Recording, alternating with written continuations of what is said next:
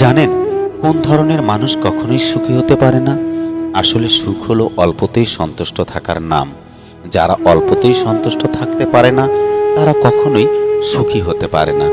মানুষের কাছে যদি দুইটা সোনার পাহাড়ও থাকে, তারপরও সে আরেকটা চাইবে।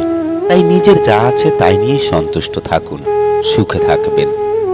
যে তোমাকে সত্যি ভালোবাসবে তার মধ্যে একটি আচরণ দেখতে পাবে না, তা হলো গুরুত্ব না দেয়া। আপনি উপলব্ধি করুন আপনার প্রিয় মানুষটি আপনার খেয়াল রাখছে কিনা। যে মানুষটা আপনাকে ভালোবাসবে সে মানুষটির কাছে সবচেয়ে গুরুত্বপূর্ণ আপনিই থাকবেন। আপনার চেয়ে গুরুত্বপূর্ণ তার কাছে আর কোনো কিছুই থাকবে না। তাই ভালো মতো বোঝার চেষ্টা করুন সে আপনাকে গুরুত্ব দিচ্ছে কিনা। আপনার বলা কথাগুলোকে আপনার প্রিয় মানুষটি কতটা গুরুত্ব দিচ্ছে, বা আপনার বলা কথাগুলোকে সে উড়িয়ে দিচ্ছে কিনা, সেদিকে নজর রাখার চেষ্টা করুন। আর সে যদি আপনাকে বা আপনার বলা কথাগুলিকে গুরুত্ব কম দেয়, তাহলে বুঝে নেবেন আপনি ভুল সম্পর্কে আছেন। মানসিক শান্তি তখনই আসবে যখন আপনি মানুষের চিন্তা বাদ দিয়ে নিজের জন্য বাঁচা শুরু করবেন। আঘাত করলে ঘুরে দাঁড়ানো যায়, বেইমানি করলে উঠে দাঁড়ানোটাই কঠিন হয়ে যায়। আমরা সবসময় একটা ভুল করে ফেলি, যাকে ভালোবাসি তাকে ভালো রাখতে গিয়ে নিজের অজান্তেই নিজের অস্তিত্বটুকুকে হারিয়ে ফেলি। আর এই কারণেই সে একসময় আমাদের গুরুত্ব দিতে ভুলে যায়। দিনকাল সত্যি অনেক বদলে গেছে। খুব দরকার না পড়লে কেউ আজকাল কারোর খোঁজ নিতে চায় না, যতই কাছের মানুষ হোক। জীবনে যে 8টি আফসোস রাখবেন না। 1. নিজের চেহারা কিংবা গায়ের রঙের জন্য আফসোস করবেন না। এটা মাথায় রাখবেন, আপনি যেমনই দেখতে হন না কেন, আপনাকে এভাবেই রবের কাছে ভালো লেগেছে বলেই তিনি আপনাকে এভাবেই তৈরি করেছেন। 2. অর্থবিত্ত নিয়ে আফসোস রাখবেন না, বরং যা আছে তা নিয়ে সবসময় সন্তুষ্ট থাকবেন এবং কঠোর পরিশ্রম করে এগিয়ে যেতে চেষ্টা করবেন। 3. প্রিয় মানুষ জীবন থেকে হারিয়ে গেলে আফসোস রাখবেন না, বরং এটা বিশ্বাস করবেন রবই তাদেরকে আপনার জীবন থেকে সরিয়ে ফেলেছেন, কারণ তারা আপনার জন্য কল্যাণকর নয়। 4. নিজের অস্তিত্ব নিয়ে আফসোস রাখবেন না। যা আছেন, যেভাবেই আছেন, যেমন আছেন সেভাবেই মেনে নিন। নিজের উপর আফসোস আপনাকে মানসিক কষ্ট দিবে। নিজের পরিবার নিয়ে আফসোস রাখবেন না। পরিবার যেমনই হোক কৃতজ্ঞ থাকুন, এটা ভেবে আপনি এতিম নন। আপনার জীবন কোনো এতিমখানায় কাটেনি। 6. মন নরম আর ইমোশনাল হয়ে থাকলে কখনোই আফসোস রাখবেন না, কারণ মন নরম হওয়াটা মুমিনের গুণাবলী। 7. ভুল মানুষদের ভালোবেসে আফসোস রাখবেন না, কেননা আপনি হারিয়েছেন খারাপ মানুষ, কিন্তু তারা হারিয়েছে আপনার মতো ভালো মানুষ। বরং আল্লাহর উপর কৃতজ্ঞ রাখুন। 8. নিজের পেশা নিয়ে কখনো আফসোস রাখবেন। প্রতিটি হালাল কাজই মন থেকে করবেন। প্রতিটি মানুষ হাসতে চায় কান্না ছাড়া, কিন্তু রংধনু কি দেখা যায় বৃষ্টি ছাড়া? সরল মনের সহজ কথা, শরীর আর অর্থ দিয়ে তৈরি সম্পর্ক একদিন শেষ হয়ে যাবে, কিন্তু মন দিয়ে তৈরি সম্পর্ক কোনোদিন শেষ হবে না। টাকা এক অদ্ভুত জিনিস, থাকলে সব সমস্যার সমাধান করে দেয়, আপনদেরও পর করে দেয়। সুন্দর কখনো সুন্দর হয় না যদি সুন্দরের প্রশংসা না থাকে।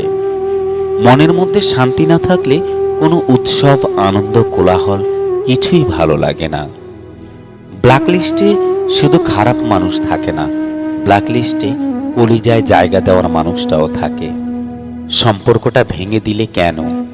মানুষ ভালোবাসে ভালো থাকার জন্য, আর যে সম্পর্ক টিকিয়ে রাখার জন্য প্রতিনিয়ত লড়াই করে যেতে হয়, কান্নাকাটি করতে হয়, আমি মনে করি সেই সম্পর্ক থাকার চেয়ে না থাকাই শ্রেয়।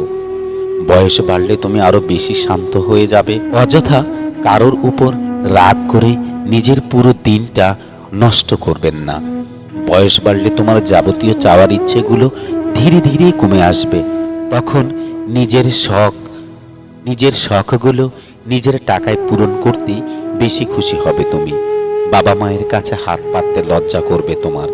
বয়স বাড়লে তুমি সাধারণত খেটে খাওয়া মানুষদের বেশি করে সম্মান করবে। বয়স বাড়লে বন্ধু কমে যাবে। অযথা ভিড় বাড়লে তোমার পছন্দ হবে না। যার সঙ্গ তোমায় ভালো মানুষ বানাবে তুমি তাকেই তোমার জীবনে জায়গা দেবে। পিছনে সমালোচনা করা প্রতিটা মানুষকে তুমি থেকে বাদ দিয়ে দেবে।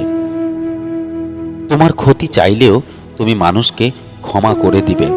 জীবনে একজন মানুষকে ভালোবাসার চেয়ে তাকে সম্মান ও বিশ্বাস অনেক বেশি জরুরি। বাবা মারা যাওয়ার পর ছেলে মাকে বৃদ্ধাশ্রমে রেখে আসলো এবং প্রতি বছর একবার মার খবর নিতে যেত। একদিন বৃদ্ধাশ্রম থেকে ফোন আসলো, আপনার মার অবস্থা খুবই খারাপ, তাড়াতাড়ি দেখতে আসুন। ছেলে এসে দেখে যে তার মা শেষ নিঃশ্বাস নিচ্ছেন। ছেলে বলল, মা, তোমার জন্য কি করতে পারি? মা বলল, বাবা, এই বৃদ্ধাশ্রমের ফ্যানটা সব সময় নষ্ট থাকে, একটি নতুন ফ্যান লাগিয়ে দিতে পারবি? ছেলে আশ্চর্য হয়ে জিজ্ঞাসা করল, মা, তুমি এত বছর এখানে ছিলা, ফ্যান চাইলা না, এই শেষ সময় ফ্যান লাগিয়ে আর কি হবে? মা বলল, বাবা, এখানে প্রচুর গরম, কষ্ট হলেও আমি আমার সময় পার করে নিয়েছি, কিন্তু আমার ভয় লাগে যখন তোমার সন্তান তোমাকে এখানে রেখে যাবে তখন তুমি কষ্ট সইতে পারবে না। রাগ নয়, চিন্তা করো নিজের বিবেককে কাজে লাগানোর, কারণ অপমানের উচিত শিক্ষা অপমান নয়। এমন কিছু করে দেখাও সে যেন নিজেই নিজের কাছে ছোট হয়ে যায়। মণিবাবু স্কুলে নতুন জয়েন করেছেন। নতুন স্যার এলে ছাত্ররা মজা করে পিছনে লাগে, তো তার ক্লাসে আসার আগে ছেলেরা ব্ল্যাকবোর্ডে লিখে রেখেছে, মণিবাবু গাধা। মণিবাবু ক্লাসে ঢুকে বোর্ডের লেখাটা পড়লেন, কিন্তু কাউকে কিছুই বললেন না। মুচকি হেসে চক হাতে নিয়ে তার পাশে লিখে দিলেন, দের পড়ান, অর্থাৎ মণিবাবু গাধাদের পড়ান। ম্যাচিউরিটি আনুন নিজের মধ্যে।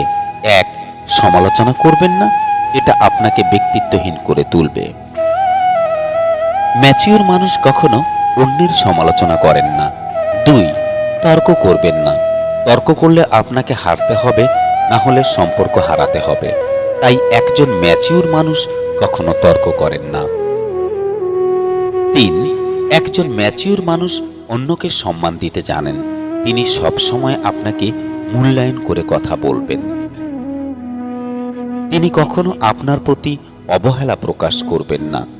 চার, একজন ম্যাচিউর মানুষ কখনো বাবা মাকে অসম্মান করেন না, তাদের সাথে সুসম্পর্ক বজায় রাখেন, কারণ তারা বুঝতে পারেন একমাত্র বাবা মা স্বার্থহীনভাবে তাদের জন্য সব কিছু করতে পারে। পাঁচ, একজন ম্যাচিউর মানুষ নিজেকে সময়ের সাথে আপডেট করেন। ছয়, একজন ম্যাচিউর মানুষ কখনো অন্যের সাথে নিজেকে তুলনা করেন না, কারণ তিনি জানেন এই পৃথিবীর প্রতিটি মানুষ ভিন্ন ভিন্ন প্রতিভার অধিকারী। সাত, একজন ম্যাচিউর মানুষ কখনো অভিযোগ করেন না, তিনি নিজের ঘাটতিগুলো খুঁজে বের করেন এবং তা পূরণের চেষ্টা করেন, কারণ তিনি জানেন অভিযোগ কখনো সমস্যার সমাধান করে না, তিনি নিজেকে পরিবর্তন করে নেন। আট, একজন ম্যাচিউর মানুষ কখনো অন্যের ভুল নিয়ে ঠাট্টা করেন না, তিনি তাকে ব্যক্তিগতভাবে তার ভুল শুধরে দেন, যা ইমম্যাচিউরের প্রকাশ করে থাকেন। অল্প বয়সী মহিলা এলেন ডাক্তারের কাছে, ম্যাডাম, আমার 1 বছরের একটা বাচ্চা আছে, কিন্তু এরই মধ্যে আমি আবার গর্ভবতী হয়েছি। এই মুহূর্তে 2টো বাচ্চা পালন করা আমার স্বামীর পক্ষে সম্ভব নয়, ও চাপ দিয়ে পাঠিয়েছে আমায়। ডাক্তার সাহেবা বললেন, তাহলে আপনি কি করতে চান? মেয়েটি বলল, এবার অ্যাবর্শনের ব্যবস্থা করুন, নইলে স্বামী ডিভোর্স দেবে। ডাক্তার সাহেবা কিছুক্ষণ ভাবলেন, এরপর বললেন, এর চেয়ে ভালো একটা উপায় আছে। কি উপায়? জিজ্ঞেস করলেন মহিলা। আপনার প্রথম বাবুটাকে আমরা দুজনে মিলে মেরে ফেলি, কেউ কিছু জানবে না, এতে সুবিধা হলো দ্বিতীয়টা হবার আগে আপনিও কিছুটা সময় পাবেন, রেস্ট নিতে পারবেন। শিউরে উঠলেন মহিলা। এ কি বলছেন আপনি? মা হয়ে নিজের সন্তানকে আমি খুন করব? ডাক্তার হাসলেন, বললেন, দ্বিতীয় বাচ্চাটা কি আপনার সন্তান নয়? তাকে কেন স্বামীর প্ররোচনায় খুন করতে চাচ্ছেন? ভুল মানুষের কাছে আমরা ছোট হই, সঠিক মানুষটা আমাদের মাথা পর্যন্ত নামাতে দেয় না। অতি সহজেই কাউকে বিশ্বাস করতে নেই, কারণ বিশ্বাসের মর্যাদা সবাই দিতে জানে না। সময় মানুষকে নতুন করে বাঁচতে শিখালেও সব কিছু ভুলতে শেখায় না, আর সব কিছু ভুলে যাওয়াটাও এত সহজ না।